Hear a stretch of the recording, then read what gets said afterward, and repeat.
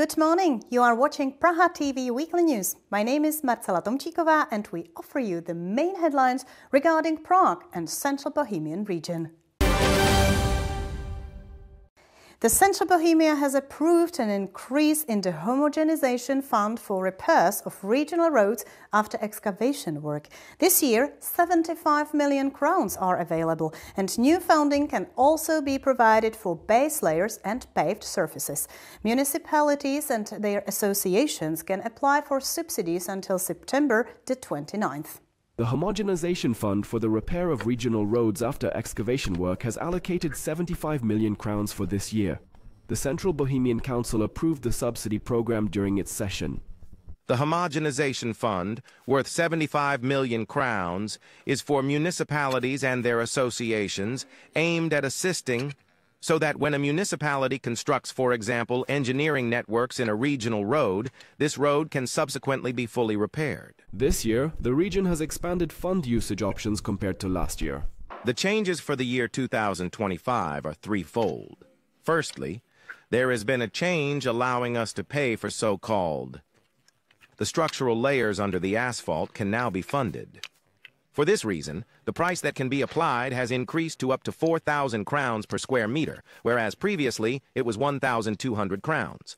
Another significant change is that we now cover not just asphalt surfaces, but also paved ones, since many municipalities that have paved surfaces and previously could not access the homogenization fund. Cities and municipalities or their associations can apply for funds for road repairs after excavation work until September 29th. However, the funds must be fully utilized by the end of the year. Last year, the entire amount was not utilized. However, the remaining funds were allocated to transportation and were used for the reconstruction of regional roads. It stayed in transport. This year, I expect that by allowing additional costs, such as granite paving or base layers, the funds could be utilized. In the previous year, 17 municipalities requested funding, receiving approved grants totaling more than 50 million crowns. The Czech Tennis Association plans to open the premises of the National Tennis Center in Prague's Štvanice to the public.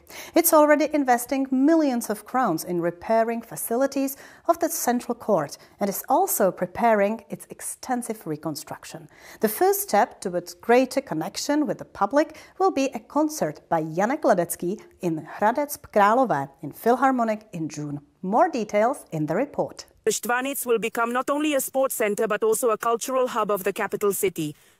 The National Tennis Center's area will soon be accessible to everyone, including those who come here primarily for tennis. The Czech Tennis Association is changing the space. The objective is to create a lively venue from this historic site, rich in sports, culture, and social gatherings. We anticipate that this lovely structure will soon be alive with activity. It will begin to flourish, welcoming the public and aiding in the return of tennis, revitalizing the entire stadium. The area will be revitalized. The plan consists of 3 phases of renovations, with the first focusing on social facilities for cultural activities. The second phase will focus on an exterior facelift of the stadium, followed by our vision. Our vision includes talking about a roof covering. These are dreams. Dreams are necessary for life. The new use of the area has also been appreciated by Prague's mayor, Bohuslav Svoboda, who remembers Štvanice from its vibrant past. He remembers the maternity hospital. He recalls the time when a maternity hospital operated here, symbolizing that Štvanice has always been part of a vibrant and functioning Prague. This was a special place. The maternity ward, family type. What we are trying to reintroduce into maternity care today was already here. Therefore, it was completely normal that the obstetrician was on the court playing when he had no patience. And when they brought in a delivery, they called him from the window to the court. Come here. They would give him a racket and the obstetrician would come in. The first phase of the renovation, costing about 5 million crowns, is due to be finished by June. And this summer, the site will debut in a new role, as a cultural scene.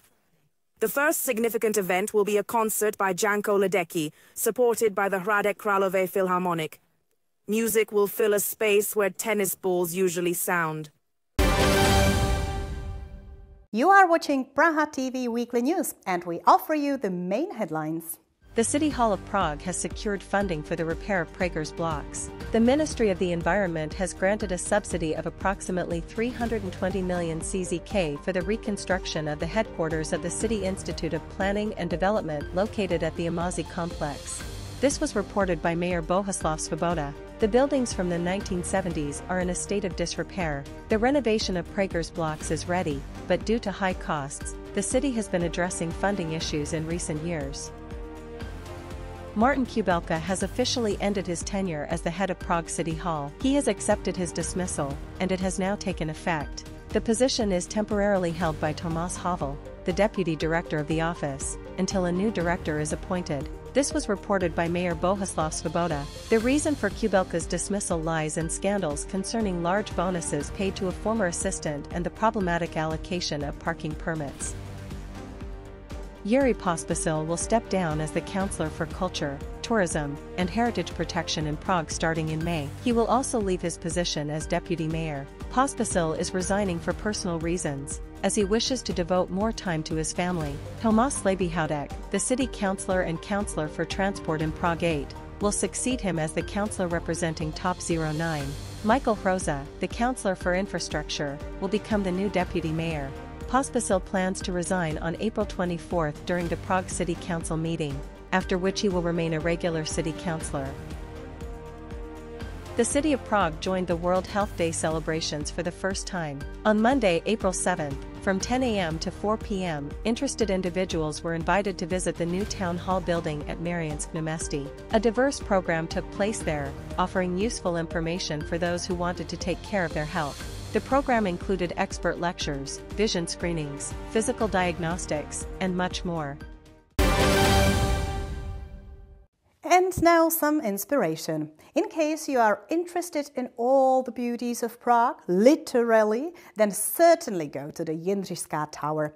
Until May the 28th, a photographic exhibition of the same name is taking place there. The authors are non-professional photographers who have one passion in common: love for Prague. The exhibition is organized by writer and photographer David Černý, who brought the selected photographers together through a social network portal called Miluju Prahu.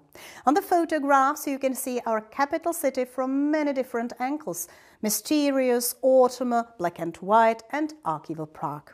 The photographs will be auctioned, and the money will help in the children's home in Unhošť. Once again, David Černý, who is a journalist, writer, photographer, and a true lover of Prague, has organized an exhibition for amateur photographers, for whom Prague is also a matter of the heart. The exhibition, named Všechny krásy Prahy, can be found in the Jindřich Tower. It has a long-standing tradition, and this year marks its 10th edition. Had it not been for the COVID pandemic, it would have been the 11th. Each photographer had the opportunity to showcase their pieces on the Facebook platform named I Love Prague. The date is announced there, and photographers who want to participate can sign up. Afterward, a selection is made, and the photographers are eager to exhibit their works. Then the photographs are put up for auction. During the auction, the photographs will be sold, and the proceeds will benefit charity, usually for children.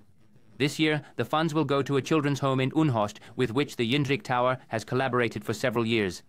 But we will support children who need English lessons. And if there are any funds left, they will go to summer camps. At the end of the exhibition, a large auction will take place where selected bidders will gather, and members of the public can also register to bid. And of course, the more money, the better for the children from the orphanage. Over the past 10 years, the exhibition Všechny krásy Prahy has managed to raise more than 1.5 million crowns. The exhibition runs until the 28th of May, open daily from 10 in the morning until 7 in the evening. The entrance fee not only covers the exhibition itself, but also the entire Jindřich Tower, which awaits you with 10 floors full of culture and experiences.